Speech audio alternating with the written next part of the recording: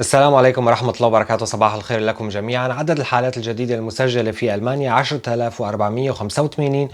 الانسيدنسا اللي بعض الناس عم تسألني شو اللي بقصد فيها دائما، هي عدد الحالات لكل 100 ألف مواطن خلال 7 أيام الأخيرة، وفي هالحالة هي 77.3. وعدد الوفيات أيضا انخفض إلى 689. الآن صار في شبه إجماع في وسائل الإعلام الألمانية أن عدد الحالات في تراجع واضح، وأن هذا الإغلاق أثر الآن بشكل واضح والحالات في تراجع مستمر. وننتقل الآن لموضوع مهم، هو متى سيتم إعادة افتتاح صالونات الحلاقة لأسباب عديدة، سواء للناس اللي بدها تقص شعرها، أو سواء لأصحاب المحلات أيضا اللي طبعا تضرروا بشكل مادي بشكل كتير كبير، وكل الناس اللي بتشتغل طبعا في هذا المجال. في مقابل الآن للمستشارة الألمانية مع التلفزيون مع قناة RTL تحديدا، المذيعة سألت المستشارة الألمانية سؤال محرج، طبعا هي هدفها كان تحرج المستشارة، وسألتها أنه من يقوم أنت بتصفيف شعرك؟ يعني المستشارة مين بيعمل شعرها، مين بيصفف لها شعرها أو بيقص لها شعرها؟ فأجابت، طبعا الواضح أنه المستشارة أحرجت ولكن جاوبت بشكل صريح وقالت أنه أنا عندي أسيستنت، عندي مساعدة، هي اللي بتساعدني طبعا في تصفيف شعري، ولكن نحن بنلتزم كلياتنا بكل الإجراءات الصحية. فكان رد المذيعة الألمانية أنه إذا كان الأمر كذلك وكان الالتزام بالإجراءات الصحية كافي، فلماذا لا يسمح لأصحاب المحلات بإعادة افتتاح محلات الحلاقة، علما أنهم أيضا كان مفروض عليهم إجراءات صحية وإجراءات قاسية، نعرف مثل ارتداء الكمامة لهم وللزبون، وعدد المسموح فيه بدخول المحل من الناس، وعن طريق المواعيد والتعقيم وكل هذه الأشياء. إذا كان في أيضا إجراءات قاسية مفروضة في صالونات الحلاقة، فلماذا لا يسمح لهم بإعادة الافتتاح أيضا؟ فأجابت المستشارة أيضا، قالت أنه التجربة علمتنا في الفترة الماضية أن إغلاق أيضا الصالونات الحلاقة يؤثر أو يساعد أيضا في تراجع عدد الحالات بالمجمل، وبالتالي له دور ذلك أيضا إغلاق صالونات الحلاقة. هذه كانت إجابة المستشارة، فهل تعتبرونها أنه إجابة أيضا مقنعة؟ ولذلك وزير الداخلية الألماني هورست سيهوفر شخصيا الآن تدخل في هذا الموضوع وطالب بإعادة افتتاح صالونات الحلاقة، وقال أنه الموضوع تطور لشفارتس ماركت، إلى سوق أسود. نعرف أنه سمعنا تقارير عديدة الآن في الأيام والأسابيع الأخيرة عن الناس اللي طبعا عم تلجأ لصالونات الحلاقة، إما في القبو أو في البيت، أو بعض الناس اللي عم تتنقل بين البيوت أو داخل البيت الآن عم بيجوا لعنده زبائن لقص الشعر. وشفت أنا أيضا مقابلات أو حتى مقابلة أنونيم مع شخص طبعا غطوا وجهه وشخصيته وتحدث، قال أنه حتى أفراد من الشرطة تأتي إلي لقص شعرها. إذا في تطور الموضوع إلى سوق أسود، باعتبار الشرطة، جهاز الشرطة تحديدا أيضا تابع لوزارة الداخلية الألمانية ولوزارة هورست سيهوفر. الآن هورست سيهوفر عم بيطالب بإعادة السماح لصالونات الحلاقة بالافتتاح، وأن دورهم أو أن هذا الدور ليس كبير. طبعا في رأي مناقض الآن لرأي المستشارة ميركل، أن إغلاق المحلات ليس له تأثير كبير على تراجع عدد الحالات أو على عدد الحالات. وأكد طبعا وزير الداخلية أنه هو مع تمديد الإغلاق في الظروف الحالية، ولكن صالونات الحلاقة بالذات ليست مكان يفهم من حديثه، ليست مكان لانتشار العدوى، أو هو مكان مهم جدا يجب إغلاقه بهذا الشكل، خاصة أنه الموضوع خرج عن السيطرة الآن وتحول إلى سوق سوداء. هذه كانت عبارات أيضا وزير الداخلية الألماني هوزديف. فشو رأيكم أنتم؟ هل أنتم الآن، نعرف الاجتماع الأربعاء القادم، مع إعادة افتتاح صالونات الحلاقة أم لا؟ طبعا حسب ما فهمت أنا أيضا من المستشارة أنه ليس من المتوقع أن في عند هذه النقطة أن تتراجع في الاجتماع القادم ربما. ننتقل الآن لتصريح مهم أيضا لوزير الصحة الألماني ين شبان، الذي أعطى الأمل بأنه يمكن أن نشهد الآن لقاح للأطفال واليافعين في الصيف القادم.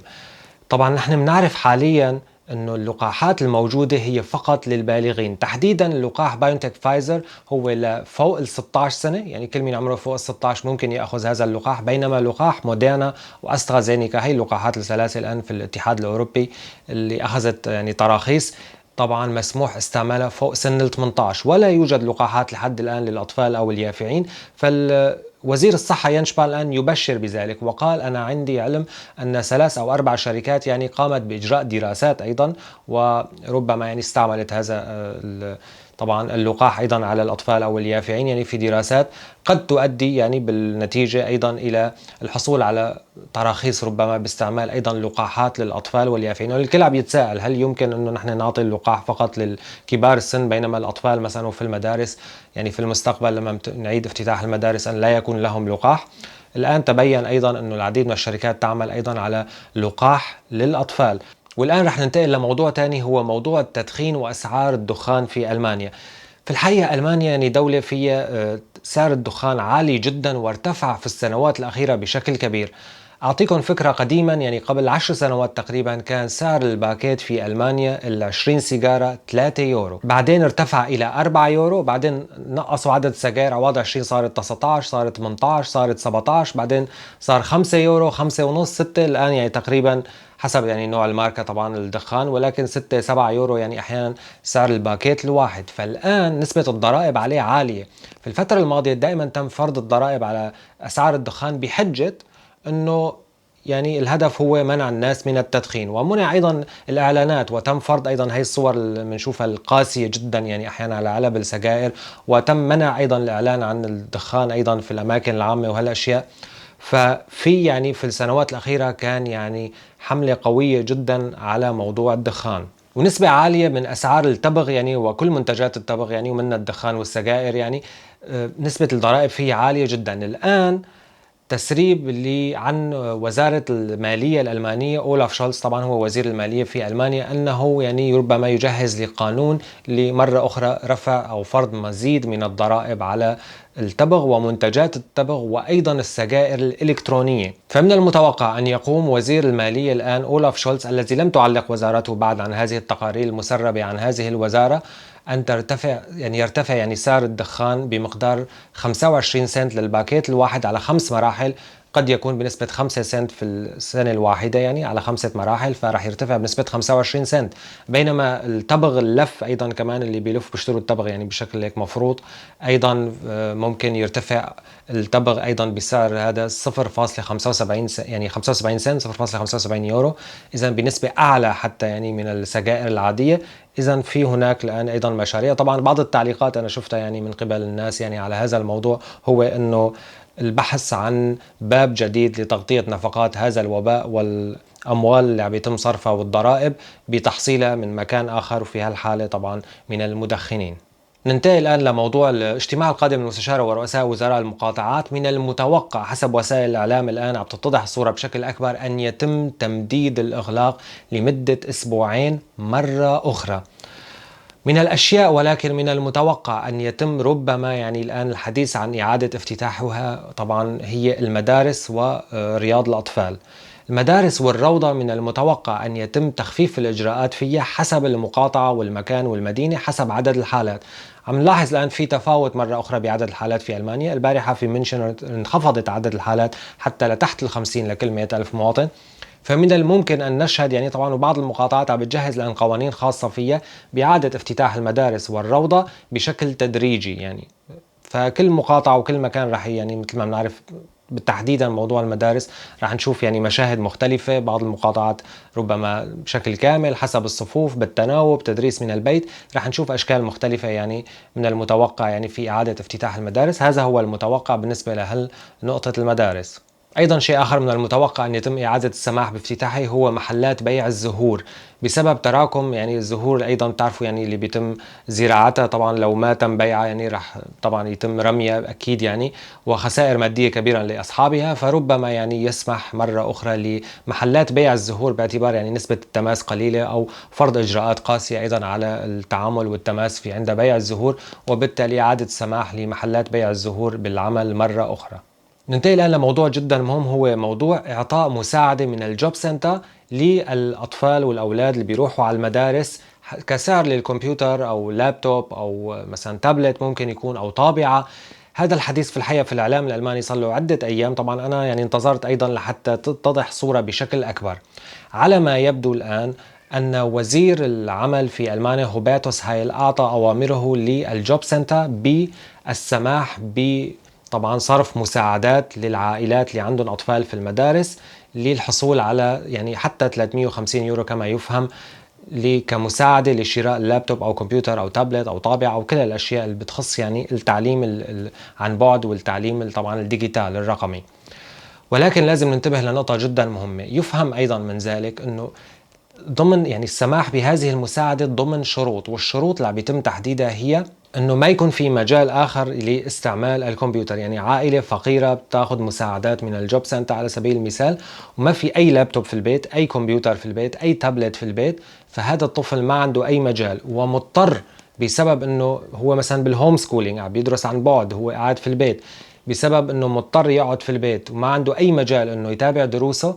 في هذه الحالة يمكن السماح يعني بهذه الحالة بالحصول على هذه المساعدة، أو حتى بشرط آخر أنه المدرسة أيضا لا تعطي التابلت أو الكمبيوتر كجهاز للإعارة يعني، ويستعمله يعني الطفل في البيت يعني عشان يتابع دروسه يعني مع المدرسة عن بعد عن طريق الإنترنت. إذا المدرسة ما بتعطي جهاز، إذا بالبيت ما في أي جهاز آخر، ما في أي مجال للطفل والطفل مضطر لأنه المدرسة اللي هو فيها فارضة التعليم عن بعد، في هذه الحالة نعم إذا لا يوجد. يعني النقطة هي حابب أوضحها، يعني ربما البعض هيك أعطاكم أمل كتير كبير يعني بهالموضوع، لا، الموضوع له ضوابط جدا. ما راح يتم توزيع يعني اللابتوبات الآن على كل طفل في كل ألمانيا، يعني هذا الشيء ما راح يصير. طبعا الفكرة انه ما لازم تقدموا طلب معين يعني للجوب سنتر حسب ما قيل، علما انه انتشرت بعض يعني الاوراق للملء يعني طبعا ايضا لتقديم طلب للجوب سنتر، ولكن يفهم انه هذا الطلب يتم تقديمه الان عن طريق المدرسه. يعني المدرسه تعطي ورقه للطفل انه نحن لا نعطي اي جهاز اعاره للطفل وهذا الطفل بحاجه جهاز ولا يوجد اي جهاز في البيت، فبتتواصلوا مع الجوب سنتر. وممكن يعني بعد دراسه هي النقطه ان يسمح الجوب سنتر بمبلغ حتى 350 يورو، علما انه بعض المقاطعات بدات فعلا تعطي تعليمات بذلك، منها مثلا منطقه هانوفا، منطقه لايبتسيش، إذا بشكل فردي أيضا بخطوات أحادية. بعض المناطق في بايرن كمان كذلك.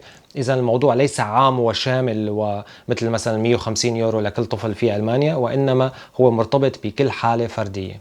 طبعا بتعرفوني أنا واضح وصريح جدا يعني بهالمواضيع، فهي المعلومات يعني الموجودة الآن المسربة عن موضوع هالمساعدة. ننتقل الآن لموضوع جدا مهم أيضا، هو الطقس وأحوال الطقس في ألمانيا. إذا لاحظتوا اليوم الجو بارد جدا جدا جدا، ومن المتوقع أن درجات الحرارة تنخفض بشكل أكبر. غدا الأحد سيكون هو اليوم القاسي في ألمانيا، مع ورود يعني طبعا الجبهة الهوائية الباردة على ألمانيا. مناطق العديدة في شمال ووسط ألمانيا رح تمتد هطول ثلجي كثيف. اليوم كمان في هطول ثلجي، من المتوقع يعني أنه يكون كثيف جدا والجو بارد جدا.